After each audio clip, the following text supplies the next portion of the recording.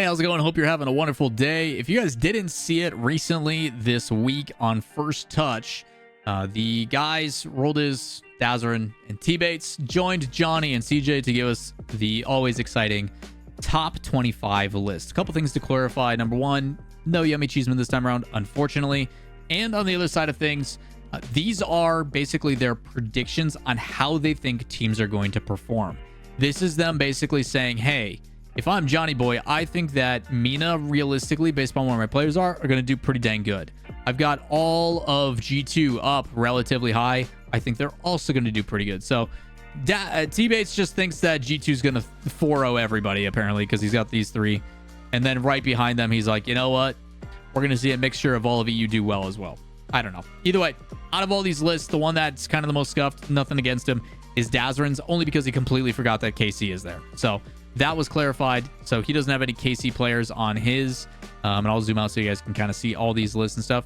But what I end up doing, also a wall of blue from CJ, which is kind of ironic how things work out when I do this. But every single time they put these out, the thing that I like doing is I like taking all of their answers and combining them and giving us averages to find out how things actually average out in regards to the results. And they're usually pretty accurate. So I have all the information here. I've got all the players dropped down. I also have all the numbers of what the average placement is. And then we put them in order. And this is what we have for the aggregate, the combination of all the different numbers and everything. With Zen at number 1, Beast Mode at 2, TRK at 3, so on and so forth. And I'll zoom out so you guys can kind of see all of these for the aggregate. This is also on Twitter if you guys want to go check it out. Twitter.com/Lawler TV. But I think couple things are telling. You obviously have some outliers, some individual efforts that on LAN are going to look good. TRK, obviously, Beast Mode, Zen, household names. People know they're going to play well. Itachi, who is consistently known as one of the best like positional and like 50-50 challenge players in the world. But some that may or may not surprise. LJ, the only one mentioned from Space Station Gaming. Yan and Lost being given love.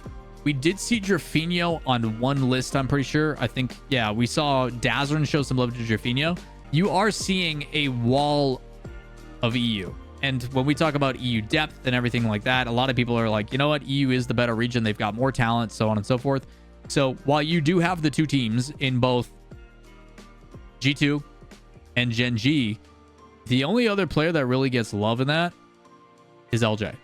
Outside of that, everybody else below doesn't really even get noticed. You saw a couple, Appjacks in there, a couple Chronics and stuff, but realistically, like nobody else even mentioned in the top 25, which in defense, like you're talking only 25 players. It's not a whole lot to work with when you're talking, top 8 is already going to give you pretty much all the players you need. So realistically, this list is basically saying who your top 8 is going to be. It averages out to top 10. So we'll get into that in a bit.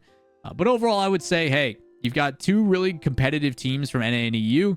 You've also got Falcons. Makes sense. When we then take all of those results, I take where the place of every player is. So for Vitality, number 1, we've got Zen.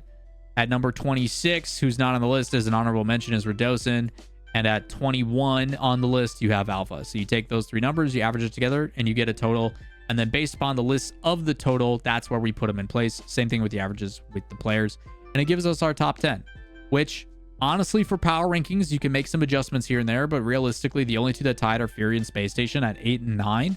Oxygen coming in last minute, people have as the 10th best team. But G2, many argue, is the best team in the world. With the results, it's hard to disagree.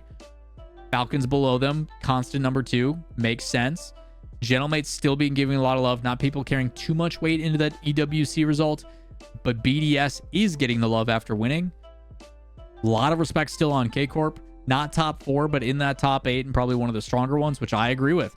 If I go into the quarterfinals and as a team, I'm going up against K-Corp, I'm like, I don't feel we're safe. We may be the high seed. We may be, like if I'm the number 4 team out of Swiss and I'm going up against K-Corp in the quarterfinals, I don't want that smoke.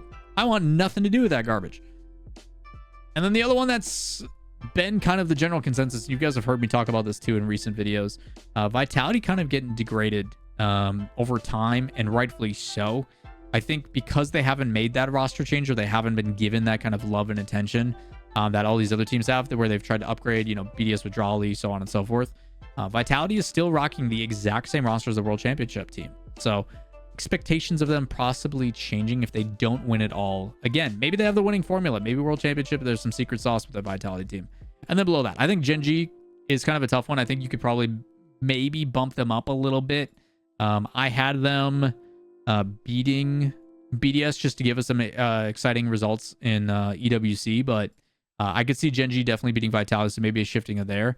And then when I look at Furia and Space Station, I think Furia probably is the better team over Space Station, but who knows? Maybe LJ pops off and things go out. So the fact that they're tied is pretty cool. But I think any of these you can probably shift up maybe 1 or 2 based upon results. It seems to work out. Like everybody who wants to dog on these lists from the guys, everybody who's like, hey, this list is terrible and none of this makes sense. When you average them all together, it gives us some pretty accurate power rankings. Being honest, I think it's pretty solid. Pretty solid.